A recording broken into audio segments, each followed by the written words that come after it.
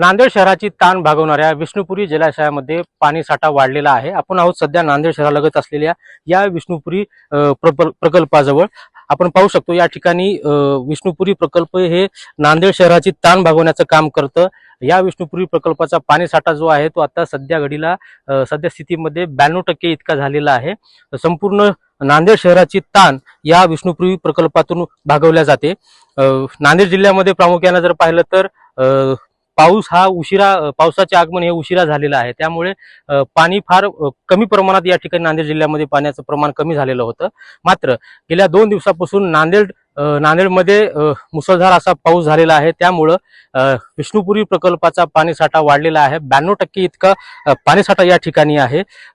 वर्षभर पुरेल इतका आता सध्या या ठिकाणी पाणी साठा आहे। येणाऱ्या काळामध्ये पाणलोट क्षेत्रामध्ये जर मोठ्या प्रमाणात पाऊस झाला तर कुठल्याही क्षणी या विष्णुपुरी प्रकल्पाचे दरवाजे उघडण्याची शक्यता आहे।